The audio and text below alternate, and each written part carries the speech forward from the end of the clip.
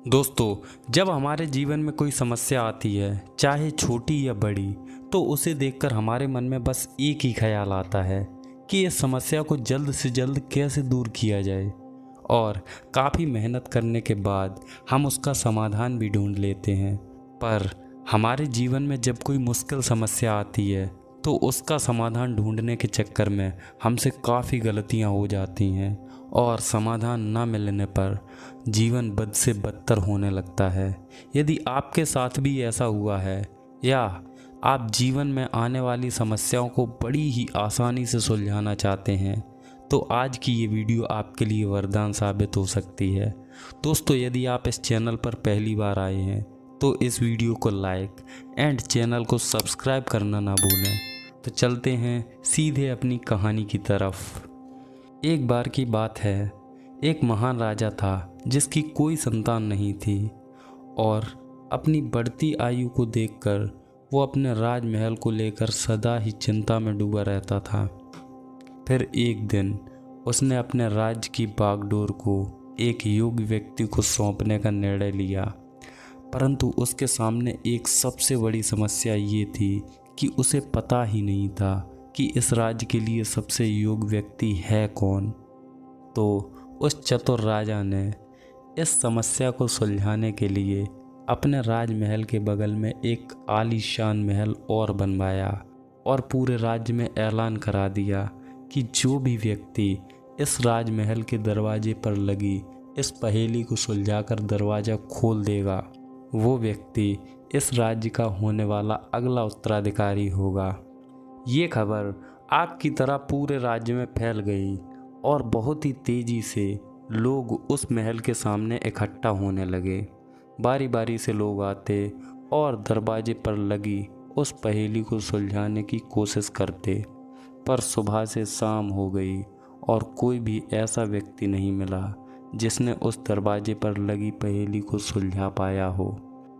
ऐसे ही करते करते कई दिन गुजर जाते हैं और उस राज्य के ज़्यादातर बुद्धिमान लोग उस पहेली को सुलझाने में सफल ना हो पाए। जब उस राज्य में कोई भी ऐसा व्यक्ति नहीं मिला जो उस पहेली को सुलझा पाए, तो राजा ने अपने आसपास के सभी राज्यों में ये खबर फैला दी कि जो भी महल के दरवाजे पर लगी इस पहेली को सुलझाने में सफल होगा, उसे इस राज्य का होने वाला अगला उत्तराधिकारी घोषित कर दिया जाएगा। ये खबर पाकर दूसरे राज्यों के प्रसिद्ध और बुद्धिमान लोग उसके राज्य में आने लगे, लेकिन जैसे जैसे दिन बीते तो उनमें से एक एक करके लोग वहाँ से जाते भी जा रहे थे। सबके कोशिश करने के बाद अब केवल 3 ही लोग वहाँ बचे थे और उन 3 लोगों में से 2 लोग दूसरे राज्य से, जबकि एक उसी राज्य का एक साधारण सा व्यक्ति था। पहले उन 2 युवकों को मौका दिया गया जो दूसरे राज्य से थे। जब वे दोनों उस पहेली को सुलझाने की कोशिश कर रहे थे, तो वो साधारण सा दिखने वाला व्यक्ति दूर खड़े होकर उन दोनों को बड़े ही ध्यान से देख रहा था।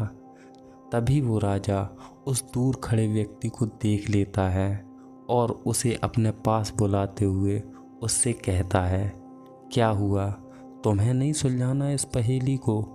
जिस पर उस युवक ने उत्तर दिया, जी महाराज, पर अभी नहीं, जब ये दोनों थक जाएंगे तब मैं इस पहेली को सुलझाऊंगा और तब तक मैं इन लोगों द्वारा किए गए प्रयत्नों को ध्यान से देखूंगा। इतना कहकर वो व्यक्ति वापस से दूर एक कोने में खड़ा होकर उन दोनों को देखने लगता है।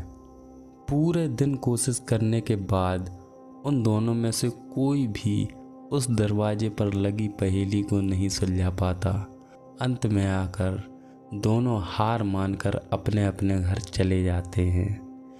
उनके जाते ही वो साधारण व्यक्ति खड़ा हुआ और उस महल के दरवाजे को बड़ी ही आसानी से खोल देता है। ये देखकर वहाँ खड़ी जनता आश्चर्यचकित हो जाती है। उससे पूछने लगती है, ये क्या था, तुमने इतनी आसानी से इस पहेली को कैसे सुलझा दिया? तो वो व्यक्ति बोला, मैं जब वहाँ दूर कोने में बैठा था तो सभी महारथी इस पहेली को सुलझाने में लगे थे कि तभी मेरे मन में एक विचार कौंधा कि ऐसा कैसे हो सकता है कि इतने सारे बुद्धिमान लोग इस पहेली को नहीं सुलझा पा रहे। ये सच में कोई पहेली है या बस एक छलावा। ये विचार आने पर मैंने फैसला किया कि मैं इस पहेली को न सुलझाकर सीधे दरवाज़ा खोलूँगा और ऐसा करने पर परिणाम आपके सामने है। मतलब इस दरवाजे में कोई भी पहेली नहीं थी। इस दरवाजे को खोलने के लिए बस एक धक्के की ज़रूरत थी। राजा उस युवक की सारी बात सुनकर खुश हो जाता है और इसी के साथ उसे अपने राज्य के लिए एक बुद्धिमान राजा भी मिल जाता है। दोस्तों, यदि हम अपने जीवन को देखें तो कई बार हम खुद को ऐसी स्थिति में पाते हैं जहां हमें जीवन की समस्याएं सामने खड़े पहाड़ जैसी महसूस होती हैं और हम सोचते हैं कि शायद इसका समाधान भी कठिन होगा, जिस वजह से हम उस समस्या को कुछ ज़्यादा ही महत्व देना प्रारंभ कर देते हैं और इसका समाधान खोजने के लिए इधर उधर भटकने लगते हैं।